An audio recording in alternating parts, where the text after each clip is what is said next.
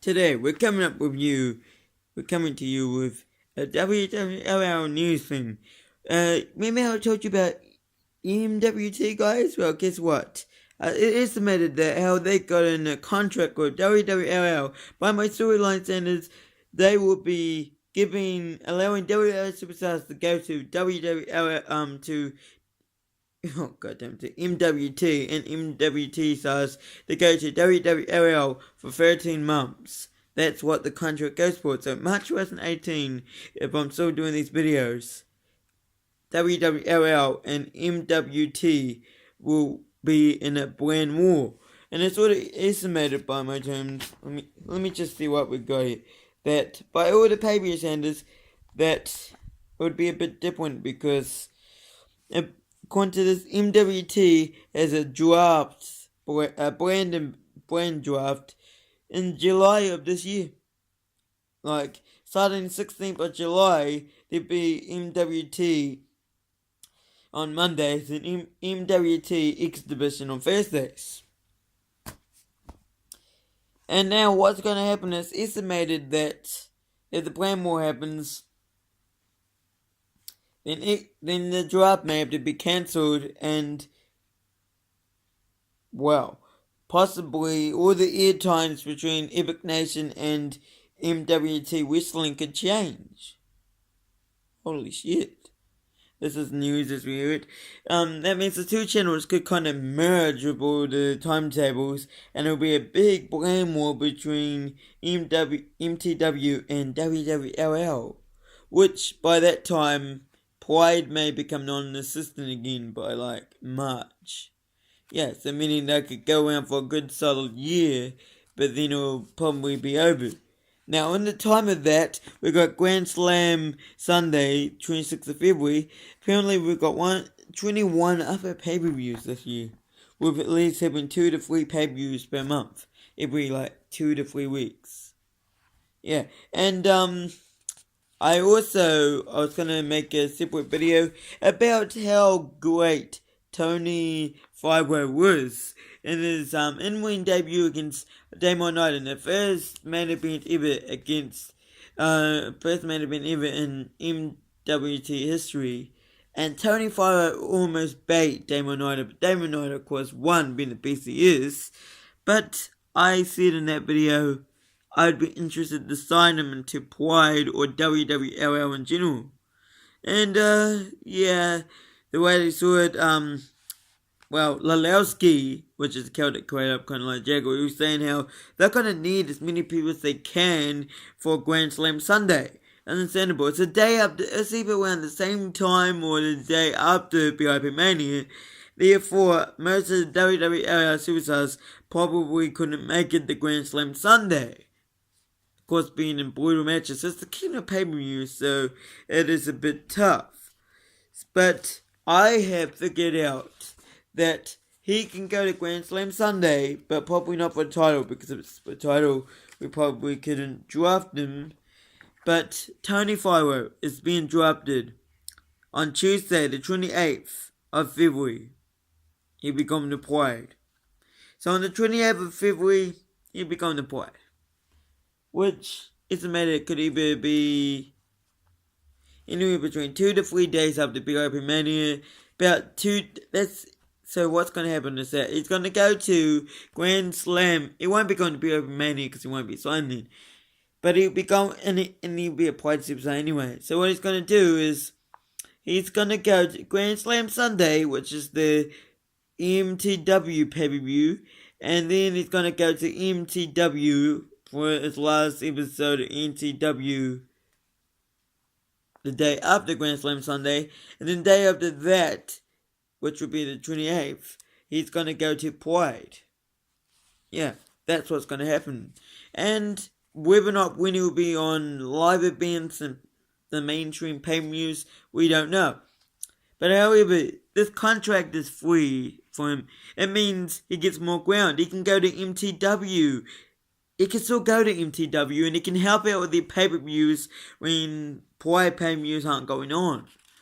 So yeah, he can still be part of MTW. He'll still be part of MTW. But just not as big as part as he is now.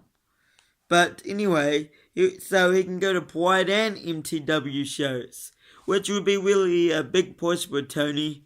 I mean, he almost beat Damon. He's probably going to be a future Pride champion. Big news. Also, the reinvention of Mark Newtona as Marcus Newtona with his new gimmick. It didn't work. And Johnny Adams, the indestructible Johnny Adams, beats him. Wow. Just wow. I mean, who could have actually seen that coming? I mean, last night he straight fire beats the streak of Sizzle Star. Then he goes to MTW and he beats the repackaged Marcus Newtona. Wow. Now, also in other news, Hestamo. You remember Hestamo from, if you don't go to Power Slam Productions, my old channel where I did some of the original Gym ones, you'll probably see him in one of the old Gym videos back in September. And, what's happening is that means he hasn't appeared in WWL since for 1, 2, 3, 4, 5 months. But even we're not signing him till May, so it will be 6, 7, 8 months, meaning he would have been off WWL videos for 8 months. And he'll go to Pride. Oh boy. On Tuesday the 23rd of May.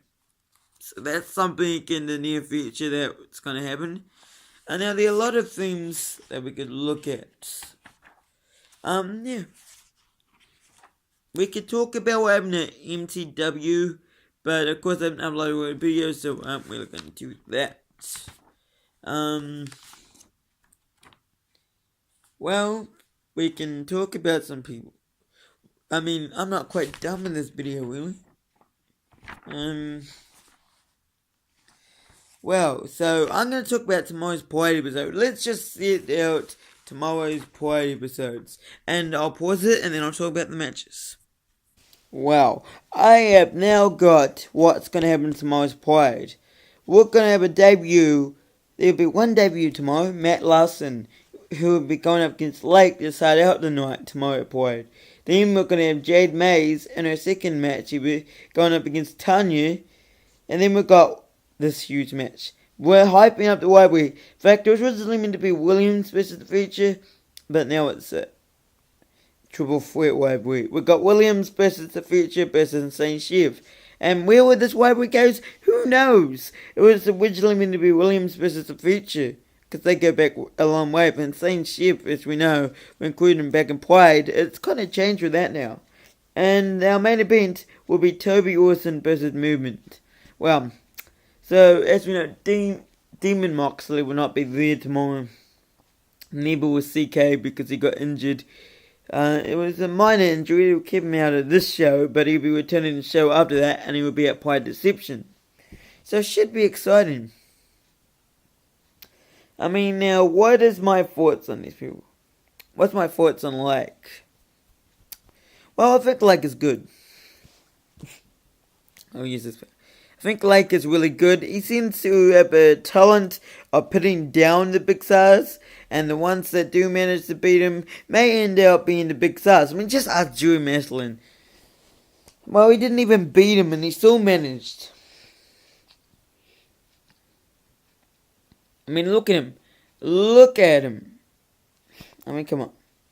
Look at Drew Maslin, the first ever WWL Intercontinental Champion now. That is huge. But, like, he's good. Yeah, and he's going to put Matt Larson to the test. And we'll see what Matt Larson's like. Of course, if that gets cancelled, yeah, we'll tell you. Matt Larson, this guy may debut or he may not. If I can't be bothered equating him, I might scratch it off. You know, maybe end up in a different match. None of these are bulletproof, but they're quite likely bulletproof. What do I think? Jade Mays? She's amazing. Because that's a gimmick thing. Yeah, but she is quite amazing. But so is Tanya. So, gonna be hard to tell who's gonna win that. Equally hard to tell who's gonna win. Williams versus the Future versus Insane Chef. Who fucking knows? The 3 people who all on the main roster at one point. All 3 of them now on Pride. I mean, what happened? Toby Awesome versus Movement. Toby Awesome put down Demon Awesome yesterday, so I believe he could put down Movement quite easily, but spoiler alerts here. Movement bait Legendary came in 208, which I know that's the character I named after myself. One of my channels. Yeah, I thought, why not? Why not? But he got the shit beaten out of him by Movement today.